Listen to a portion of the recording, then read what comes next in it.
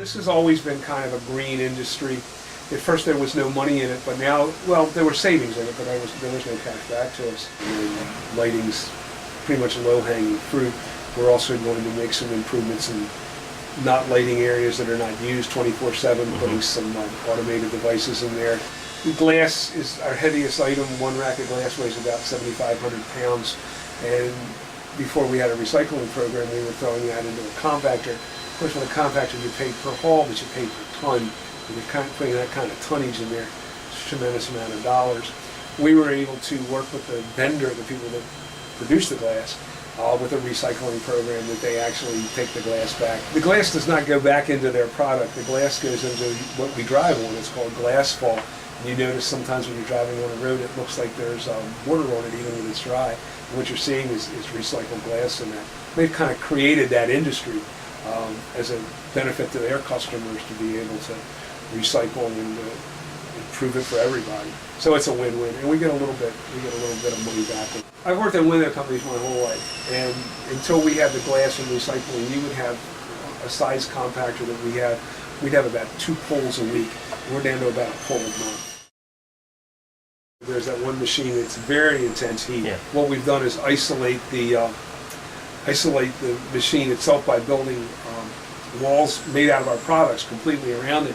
In the summertime, that heat, which is high, the machine runs about 500 degrees, the heat is vented to the outside of the building. In the wintertime, we turn it around and vent it into the inside of the building. It's a comfort issue for our employees, but it's also a productivity issue because what happens when the material gets below about 50 degrees, it becomes difficult to machine and it can shatter. Our products continue to be tested as the most energy efficient products out there, and we're still pushing the envelope. We have products in testing now. We're trying to pick up as much R value and as much U value as we possibly can through the testing process. We're now at almost 100% low E products, and that's been driven by the customers. The only people that don't buy it are in our export market. We manufacture the product, we install the product, and we maintain the product. Well, one of the good things about installing it means it's going to be our crews that do the work. It's not being handed off to a third party. Because they're our crews, we know they're going to handle the product correctly. And because of that, we don't have to package the product to protect it. So there's no waste, no scrap in what goes out to the job site. What I do is plant tours like I do for you guys, but I do it for prospective customers, and I do a lot of them. I probably do 2 a week.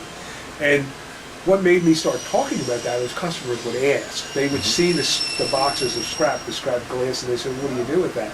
And we realized then that they're not just asking out of curiosity, they're asking because they're concerned about the environment.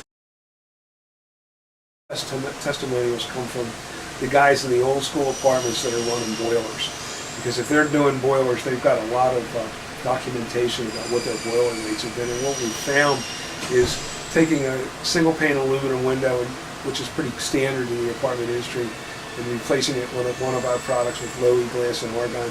They've cut their boilers back 40% of what they were before the transition.